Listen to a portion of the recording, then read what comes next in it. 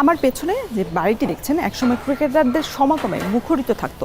2001 সালের দিকে বিশ্বসেরা অলরাউন্ডার সাকিব আল হাসানও খেলেছেন এলাকাভিত্তিক গড়ে ওঠা ঢাকার ঐতিহ্যবাহী এই ইয়াং ক্রিকেট ক্লাবের হয়ে। বর্তমানে এর কোনো অস্তিত্বই নেই। শুধু এই ক্লাব নয়, ঢাকার এমন আরও অনেক ক্লাব আছে যেগুলোর অস্তিত্ব সংকট হয়ে গেছে। তবে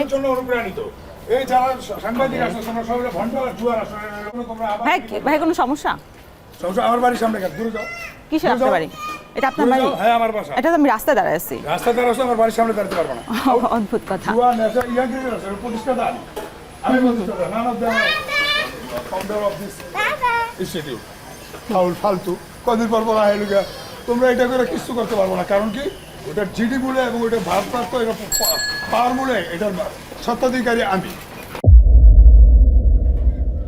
একসময় বেশ নামডাক ছিল মিরপুরের ইয়াং ক্রিকেটার্স ক্লাবের। অংশগ্রহণ ছিল ক্রিকেটের সর্বোচ্চ পর্যায় প্রিমিয়ার লিগেও। এরপর প্রথম বিভাগ ক্রিকেটে খেলে কোনো রকম নিজেদের টিকিয়ে রাখা ক্লাবটি সঠিক পরিচালনার অভাবে বিলীন হয়ে যায় ঢাকার ক্রিকেট থেকেই। এখন আর ক্রিকেটের কোথাও নেই ক্লাবটি, পরিত্যক্ত থাকে ক্লাবের জায়গাটি। এক পর্যায়ে সেখানে আবাসিক ভবন গড়ে ওঠে।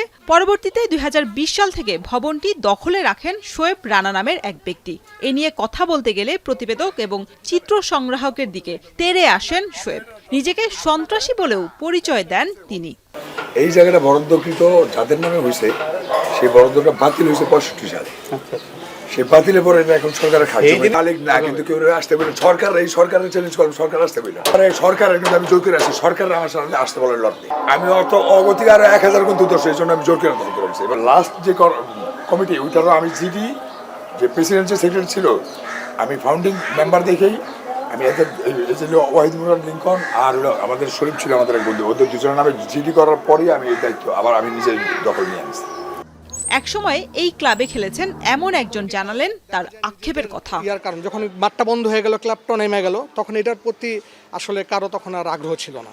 দেখা যায় তখন ওইখানে তার ক্লাব নিয়ে চিন্তা করতো না, যে কারণে এখন আর ক্লাবটা নাই। ক্লাব মানে কি? ক্লাব থেকে অনেক কিছু আমরা শিক্ষা গ্রহণ করতে পারবো। স্কুল, কলেজ, ভার্সিটি যেমন অনেক কিছু শিক্ষা গ্রহণ করে, একটা ক্লাব থেকে মানুষ অনেক কিছু শিখতে পারে। ভবনটিতে নিজে থাকার পাশাপাশি ভাড়াও দিয়েছেন দখলদার শোয়েব। অবশ্য বাবা বীর মুক্তিযোদ্ধা হবার কারণে বাড়িটির বরাদ্দ চেয়ে চলতি বছরের সেপ্টেম্বরে গৃহায়ন ও গণপূর্ত মন্ত্রণালয়ে বরাবর চিঠি দেন তিনি। তবে সিদ্ধান্ত জানায়নি প্রশাসন। এদিকে সরকারি জমি কিভাবে বেদখল হলো তার উত্তর নেই দায়িত্বপ্রাপ্ত ভূমি কর্মকর্তার কাছেও। শরীফ রওশন, এখন, ঢাকা।